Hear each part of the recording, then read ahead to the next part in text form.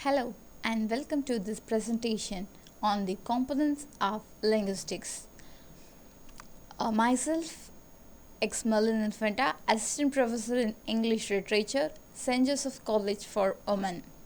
Today, we will explore the key areas that makes up scientific study of language, from its sounds to its meaning and use.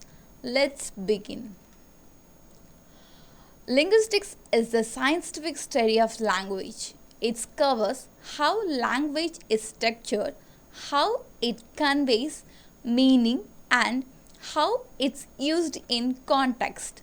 In this presentation, we will look at the major components of linguistics: phonetics, phonology, morphology, syntax, semantics, paramatics, sociolinguistics, and psycholinguistics. Phonetics. Phonetics is the study of speech sounds and their physical properties. It's divided into three subfields: articulatory phonetics, acoustic phonetics, auditory phonetics. First, articulatory phonetics, which looks at how sounds are produced by the vocal tract. Next, acoustic phonetics, which focuses on the sound waves themselves. And the next, auditory phonetics, which deals with how we practice these sounds. For example, the p sound is produced by the briefly stopping the airflow in the mouth.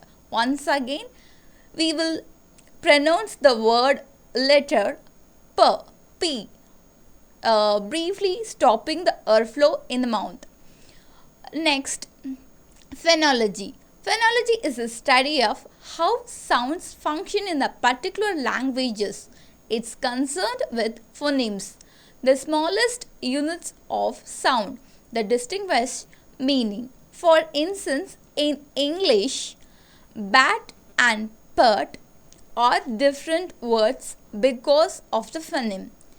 B and P phonology is also examines patterns and rules, such as which sounds can appear together in a language.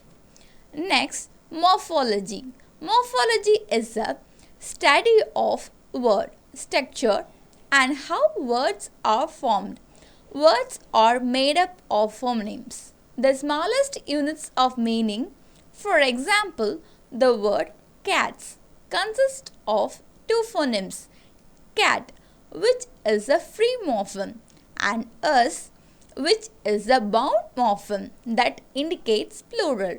Morphology explains how we modify words to change their meaning. Next, syntax.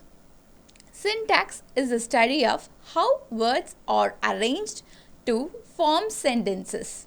Each language has specific rules for word order which affects meaning. For example, in English, the cat chased the mouse is very different from the mouses chased the cat.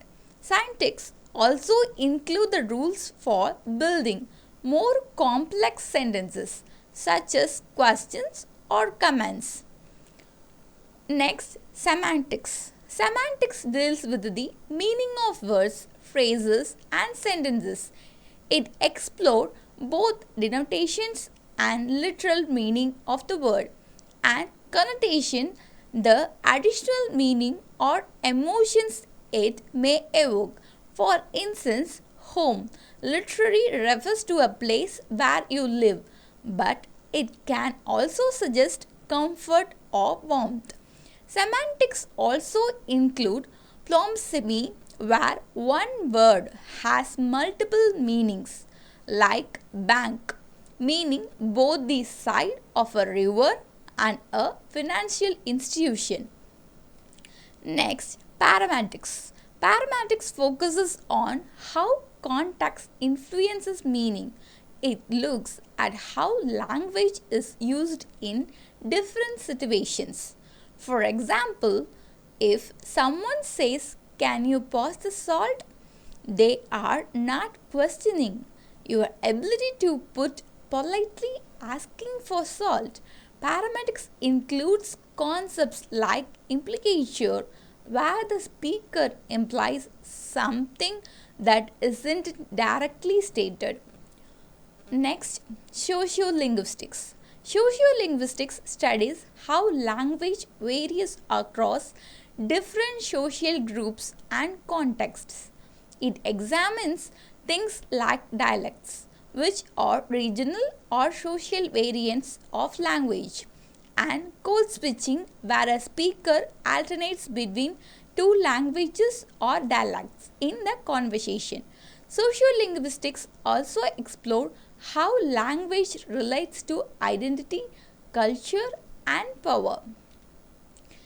Psycholinguistics. Psycholinguistics is concerned with how language is processed in the mind. It covers how children acquire language, how we perceive and produce speech, and how bilingual people manage two languages. For example, research show that children learn the rules of language naturally by hearing and practicing it without needing formal instruction.